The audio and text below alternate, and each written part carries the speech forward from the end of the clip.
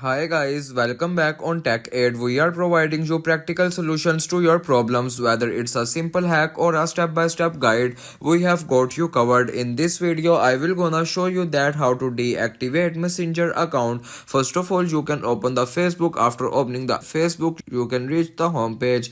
After reaching the home page, you can now tap on menu at the bottom right corner of the screen, and here you can see this type of interface. And after this, you can now tap on settings at the top right corner of the screen, and here you can now tap on see more in account centers, and after this you can just simply scroll down, tap on personal details, and after this you can tap on account ownership and control, and here you can now tap on deactivation or deletion, and after this you can just simply select the account.